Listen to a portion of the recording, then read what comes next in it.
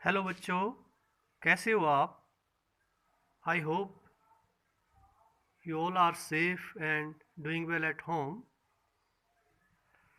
प्यारे बच्चों, in previous video we have studied about significant figures and how to calculate the significant figures of different numbers and conversion of unit। ये दो important topic लिए थे। Last में हमने conversion of unit के rules पढ़े थे और उससे रिलेटेड प्रॉब्लम आज हम करेंगे पहले। और ये प्रॉब्लम ये है, the given density of vanadium is 5.96 gram per centimetre cube.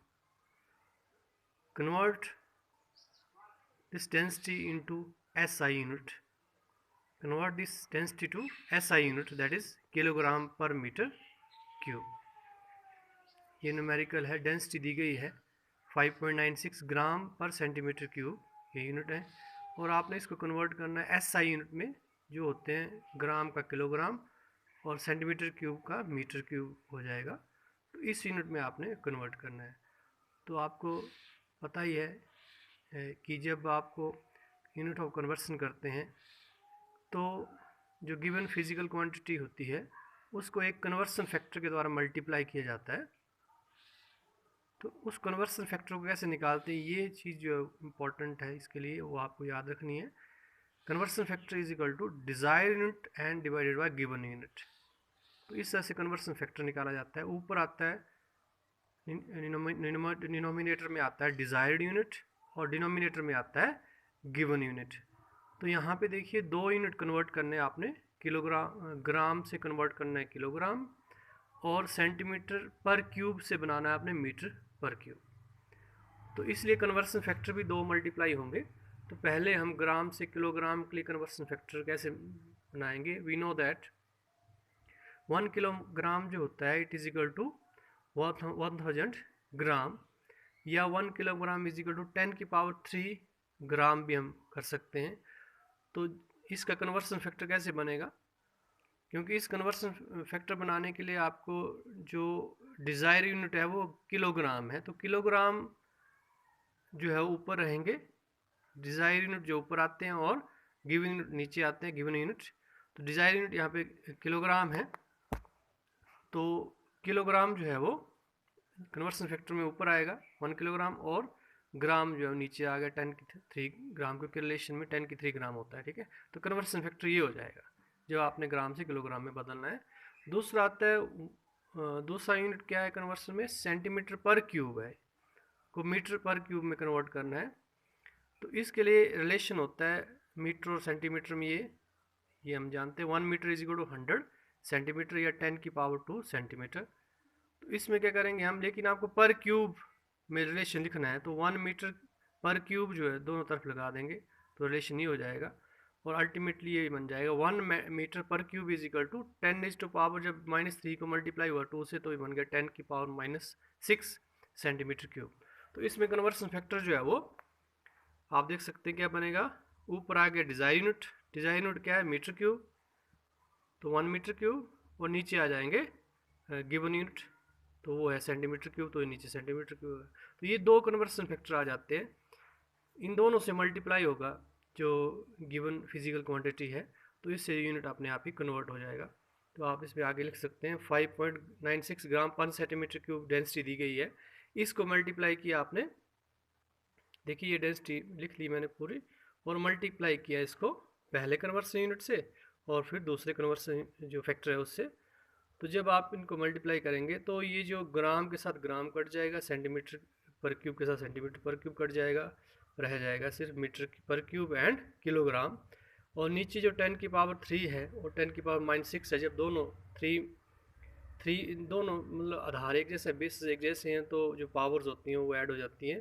3 -6 होगा तो ये आ जाएगा नीचे -10 की -3, तो ये ऊपर जाके 10 की 3 बन जाएगा। तो ये चेंज होके जो फिजिकल क्वांटिटी है वो डेंसिटी है वो किसके बराबर हो जाएगी, 5.96 into 10⁻³ kilogram metre per cube, ये आंसर हो। तो ये है कन्वर्सन ऑफ यूनिट के बारे में आपने जो पहले पढ़ा था उसका एक प्रॉब्लम जो है वो हमने अब की। इसके बाद नेक्स्ट टॉपिक हम लेंगे, that is law of chemical combination जो है वो, ये नेक्स्ट टॉपिक होगा हमारा।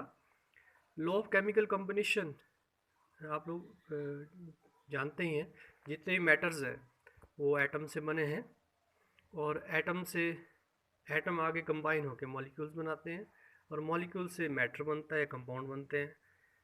तो ये जो कॉम्बिनेशन होती है, एटम के साथ एटम जुड़ के कंपाउंड बनता है, डिफरेंट कंपाउंड भी आपस में कंबाइन होते हैं और अपना केमिकल कॉम्बिनेशन चेंज करते हैं, केमिकल रिएक्शंस दिखाते हैं। तो जितने भी केमिकल रिएक्शंस हैं, जितने भी केमिकल कॉम्बिनेशन होती है, उन सब को क्वांटिटेटिव स्टडी किया गया, एंड स्टडी करने के बाद कुछ जनरलाइजेशन की गई, and these generalisations are called as law of chemical combinations. जितने भी केमिकल कॉम्बिनेशंस हो रही हैं, एटम एटम का जुड़ के मॉलिक्यूल बना देना, या मॉलिक्यूल का आपस में रिएक्शन करके डिफरेंट मॉलिक्यूल में कन्वर्ट होना या कंपाउंड में कन्वर्ट होना, तो इन सब की रिएक्शंस की जो है, इन सभी केमिकल कॉम्बिनेशन की क्वांटिटेटिव स्टडीज़ के बाद some generalization was made, and that was called as law of chemical combination. तो इसमें सबसे पहला लॉ आता है law of conservation of mass. According to this law, during any physical and chemical change, the total mass of product is same as the total mass of the reactants। जितना मास जो product का बनेगा, total mass of product form, product जो होते हैं जो produce होते हैं वो प्रोडक्ट हैं, और रिएक्टेंट्स जो है वो जो कंबाइन करते हैं। तो total mass of products form is always same that of total mass of the reactants.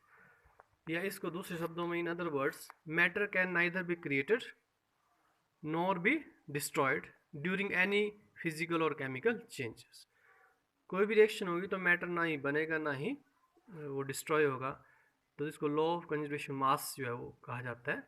This law was experimentally verified by scientist named as Landolt. एक साइंटिस्ट थे जिन्होंने इस लॉ को वेरीफाई किया था by performing reaction between silver nitrate solution and sodium chloride solution in a H shape tube, and this experiment is called as Landolt's experiment बोलते हैं इसको, जिसमें AgNO3 सॉल्यूशन की रिएक्शन करवाई गई विद सोडियम क्लोराइड सॉल्यूशन, और इसे silver chloride, ये रिएक्शन यूज़ की, और इसमें उसने देखा कि वेट ऑफ रिएक्टेंट जो है जितना था, तो उतने वेट के प्रोडक्ट जो वो बने। That is a experimental verification of first law of combination, that is law of conservation of mass by Landauer's experiment। ये तो पहला लॉ है। इसके बाद second law, very important law आता है, that is called law of definite proportion और constant proportion. तो एक इंपॉर्टेंट लॉ है। According to this law, a pure compound always contain same element combined together in a fixed proportion by weight. यहाँ पे एक तो आता है कि फिक्स प्रोपोर्शन बाय वेट और सेम एलिमेंट में। कोई भी कंपाउंड प्योर कंपाउंड होगा, it is form always contain same element, उसमें एलिमेंट जो है वो कभी चेंज नहीं होंगे, वो सेम ही रहेंगे, एंड उनका जो वेट का रेशियो वो भी डेफिनेट रहता है, फिक्स्ड रहता है। ठीक है, तो इसमें एग्जांपल ले सकते हैं हम, जैसे बड़ा सिंपल सा एग्जांपल है, water obtain from any source, that is rain water हो, चाहे टैप वाटर हो, चाहे सी वाटर हो, रिवर वाटर हो, पॉन्ड वाटर एक्सेट्रा, कहीं पे पानी, कहीं से पानी हम लेंगे, it will always contain hydrogen and oxygen. इसमें हमेशा कौन से एलिमेंट होंगे? दो, hydrogen and oxygen combined together in the ratio of 1:8 by weight. Weight का रेशियो भी 1:8 होगा, मतलब 1 ग्राम hydrogen combine with 8 gram oxygen. तो ये रेशियो जो है वो हमेशा आएगा, that is called as law of constant proportion या डेफिनेट प्रोपोर्शन। दूसरा एग्जांपल हो सकता है CO2 में भी obtain from any reaction. CO2 को बनाने की प्रोडक्शन कई रिएक्शंस हैं जिससे CO2 गैस बनती हैं, जैसे कुछ एग्जांपल मैंने दिए हैं, कोयले के जलना, देखो कार्बन CO2 बनता है, कैल्शियम कार्बोनेट जो है उसको हीट करते हैं, जब आप उसको डिकम्पोज हो जाता है calcium oxide and carbon dioxide में, तब भी बन सकती है। अमोनियम सोडियम बाइकार्बोनेट के HCl के साथ रिएक्शन करके भी कार्बन डाइऑक्साइड गैस बनाई जा सकती है। इस तरह से और भी कई रिएक्शन जिससे कार्बन डाइऑक्साइड बनती है। लेकिन कार्बन डाइऑक्साइड जिस भी रिएक्शन से बन रही है, अगर आप उसको इनमें देखते हैं, but CO2 always contain carbon and oxygen, इसमें दो एलिमेंट आते हैं कार्बन और oxygen, combine the ratio of 3:8 by weights. ठीक है, तो इनके मास का जो रेशियो होता है ना, कार्बन और ऑक्सीजन, कार्बन डाइऑक्साइड चाहे जिस भी रिएक्शन से बना हुआ, तो इसमें दो एलिमेंट आएंगे कार्बन और oxygen in the ratio of 3:8 by weights, मतलब वेट का रेशियो भी फिक्स रहता है। तो that these are two example which verify the law of definite proportion या लॉ ऑफ कांस्टेंट प्रोपोर्शन। ठीक है, ये दूसरा लॉ था। नेक्स्ट लॉ, एक थर्ड लॉ और आता है, that is law of multiple proportion, it is also important law. Multiple proportion का लॉ क्या है? According to this law, when two elements combine to form two or more than two compounds, दो ही element है वो combine हो रहे हैं और इससे दो या उससे ज़्यादा कंपाउंड बन रहे हैं, then masses of one element combine with the fixed mass of the other, एक का तो फिक्स है मास एक एलिमेंट का, लेकिन दूसरे का जो है उन दो कंपाउंड में डिफरेंट है मास, तो masses of the one element combine the fixed mass of the other element will be in simple whole number ratio।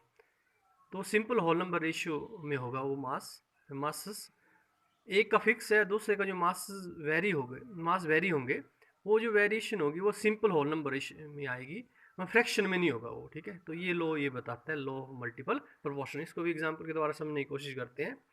जैसे हाइड्रोजन और ऑक्सीजन है, ये कंबाइन होते हैं, अगर कंबाइन होंगे 1:8 रेशियो में तो बनेगा वाटर, या 2:16, एक ही बात है, क्या बनेगा? वाटर बनेगा।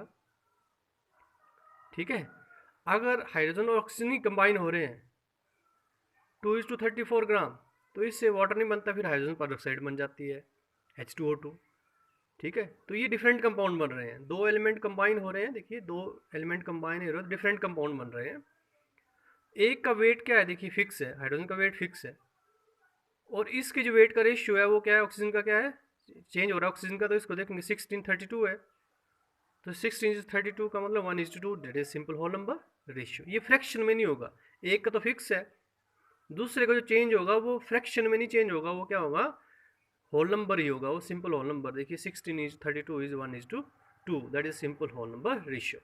व्हेन द दो elements combine together to form two और more than two compounds, then the masses of elements combined with the fixed mass of the other element bear a simple whole number ratio।